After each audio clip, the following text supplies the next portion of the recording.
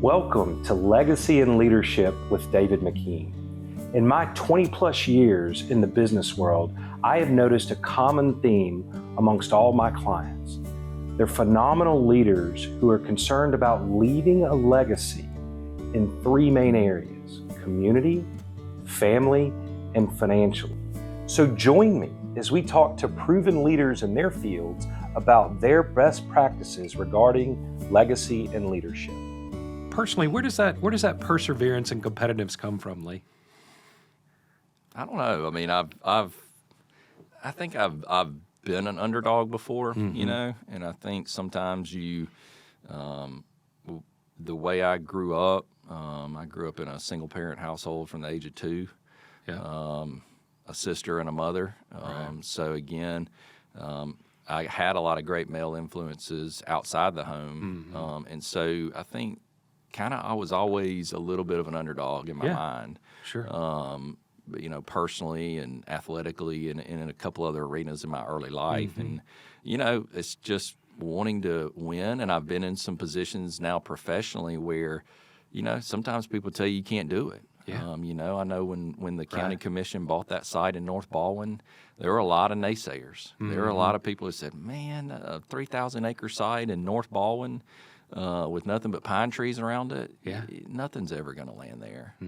You know, the big one's never going to happen. You know, when we got 5 or 6 years into that process, people said, why don't y'all just go back and plant trees on that site?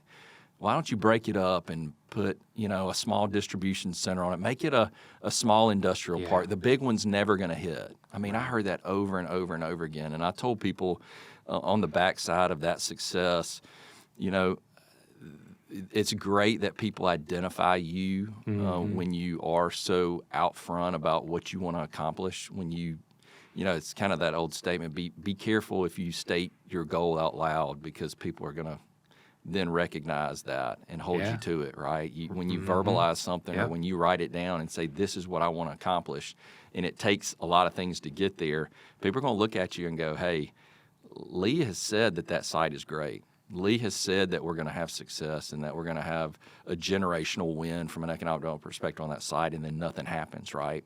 And you go to the grocery store, you go to church, you go to youth sports places, and people ask you, hey, what's going on with that site? I mean, everywhere I went in this community for 10 years, people said, hey, what is going on with that big site in Bay Minette? Yeah. What are you doing up there? Nothing's happening. You know, all along, because we have to deal in such a confidential nature in our business. The good thing I would always tell people, I said, hey, did you watch the last county commission meeting? Or have you been to a county commission meeting recently? And they're like, yeah. I said, how negative have the commissioners been about that site? And they said, well, they haven't.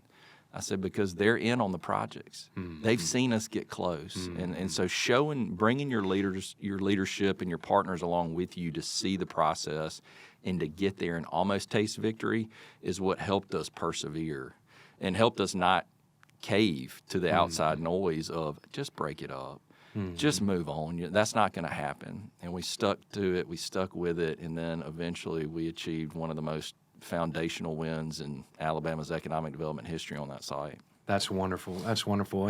And many of our listeners probably know this, but there are statistics to show that the sale, and you mentioned in some ways you're a salesman, is typically made on the 7th or 8th contact, and most people give up after the 2nd or 3rd. Right, and that's exactly what you're talking about with that development site. But I want to ask you, how did you deal with the doubt over that 10-year period? Did you begin to look inward? Or were you just a bulldog and you knew it was going to hit one day? But how, as a leader, did you deal with that doubt? Oh man, it was there. I mean, I think as humans, and you know, when you're in a high achieving environment, you know, and achievement is measured the way it is in my business and by my board of leadership that I answer to. You know, there are some really strong metrics in place to go, are you doing a good job or are you not? Right. And there's no glossing over that, right? There's no hiding from where the goal and the attainment level is set for you as a professional. There were many days I stared myself in the mirror and said, is this really going to happen? am I believing what I'm telling? Right. Do I believe myself what I'm Yeah. telling others to Yeah. believe alongside me? Right. And I think that's natural in every person that has a goal, and it's a stretch goal, Yep. you know, and a very high achievement, mark, is to doubt. Sure. Especially when you don't achieve success. I mean, there were many projects that we had that I was right in the middle of that I said, "Oh, this is the one." This, all these things are lined lining up up. for Yeah. us for this to be it, and then we eventually get the call, and it'd be the sorry. This isn't the one, and you'd go, wow, I mean, I really felt like this was the one. So you'd have to pick yourself back up off the floor, after being flattened, and go, all right, dust yourself off and get back to it. And that wasn't easy. I mean, that's the hardest part about our business. Sure. And probably the hardest part about any business out there, where you're trying to win a customer, win an opportunity, or win a relationship, and a lot of times you have to have that perseverance, and I think that's marked by every high achiever out there. Definitely. You can look back at their time continuum, and you could go, hey, there was a point in time where they could have quit.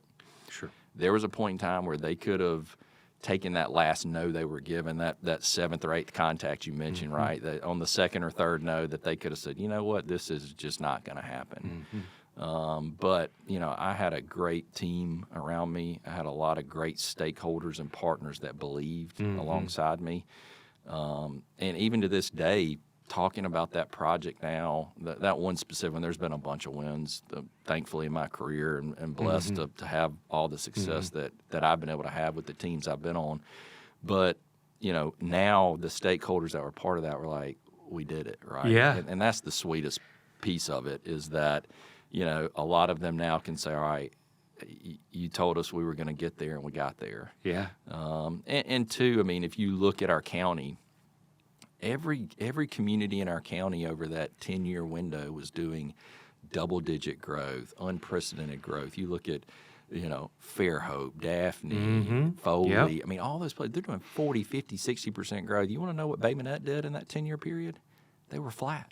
Yeah. In the fastest growing county, one of the fastest growing counties in the country, sixth fastest growing MSA in the country, fastest growing county in the state of Alabama, we had the county seat, a community, doing zero growth. Yeah.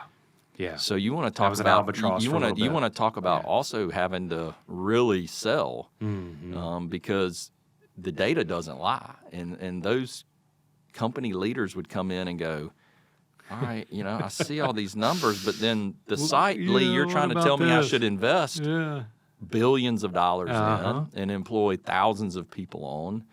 That community that's adjacent to it is showing no growth. And then they look at a workforce range of 60 miles. Well, a lot of the counties north of Baldwin County is where that workforce radius was. I And understand. you looked at their growth. Yeah. Their growth was in the red as well. And so really it was a story of perseverance. It was a story of the company's got to catch the same belief you have. Yeah. And so you're not only selling a site in a community, you're kind of selling a little bit of a vision. Sure. And so a lot of days that I had to wake up and stare myself in the mirror and go, Lee, is this going to happen? Yeah. You kind of had to persevere through and go, yeah, it's going to happen, because we're going to make it happen. Yeah, and I want to come back to that explosive growth here in a minute, but I want to make a link and then ask a question. One of the most famous stories of perseverance is the story of Michael Jordan, 100%. right? It was his sophomore year that he got cut from the basketball team. Yep. And think, from my perspective, and it sounds like you and I are similar ages, he's the GOAT, right? Sorry, those that think LeBron is the GOAT, right? I tell my kid all the time, I was wrong. like, you don't know. You don't know Jordan, right? I had 8 of his buddies in the living room the other night, and they were talking about LeBron this, LeBron that, and I said, you boys have no idea. No idea. And but here's the reality that I don't know that many of us have figured out. If he quits, look at what he robbed the world of. Right? I mean, one of the most iconic sports figures in certainly United States history, right? But in the best basketball player. But if he folds up shop, we're robbed of that. And that was so much of my childhood, and I've taken so much from him and what he's done. But so I wanted to draw that link. But I got to ask you a question. and be honest with me here. When that deal was signed after 10 years, did you do 3 or 4 backflips? I mean, 100%, 100%, and you know, you never take names in this business, but I can tell you that the smile on my face was hard to get off, especially when I crossed paths with a couple of those naysayers down the line. Yeah.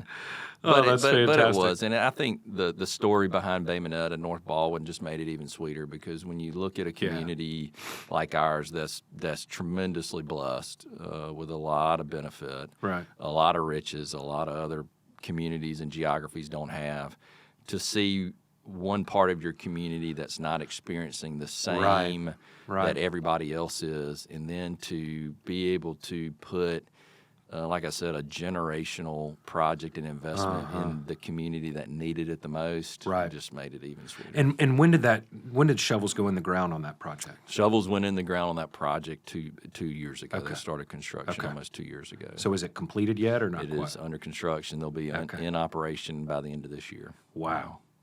So finally see it after, it sounds like 12 years. Yeah, 12 years of So I mean, a $5 billion investment and 1,000 new jobs, paying, almost 35% higher than the county average wage. And so I mean, all that just made that entire process, that entire run, every no, every maybe, worth it, and so sweet for the team, the community, and just what it's done for us too, because in our business, success begets success. Yep. And so you look at that, and now people go, all right, I don't have to kind of look at Baldwin County and go, what is the story here? Because you've got generational success, a big, huge signature win, and then that's just made the storytelling that much easier for us when talking to other companies, because when a big company and a big investment validates you like that, it then raises your profile to a level where, hey, I am still selling. I am still making sure that we're doing all the right things to position the community for the next opportunity. But it makes the conversation go a little smoother. Yeah, absolutely. I want to spend some time, and I'd love for you. You mentioned some of those statistics a moment ago, but I couldn't. I didn't quite catch all of them. I really would love for you to tell the listeners, because maybe outside of Alabama or outside of the Southeast, they may not know this, but Fairhope has been mentioned in the top 10 of best retirement communities, right? And Baldwin County is one of the fastest growing counties, certainly in Alabama, and I think the Southeast, and even perhaps the country, right? And it seems, from my perspective, Lee, you've been here almost 14 years, and you've had a front row seat for all of that. Sure. Am I right? Yeah, absolutely. Yeah. What has that been like for you, having a front row seat to such explosive growth that's literally being talked about around the country?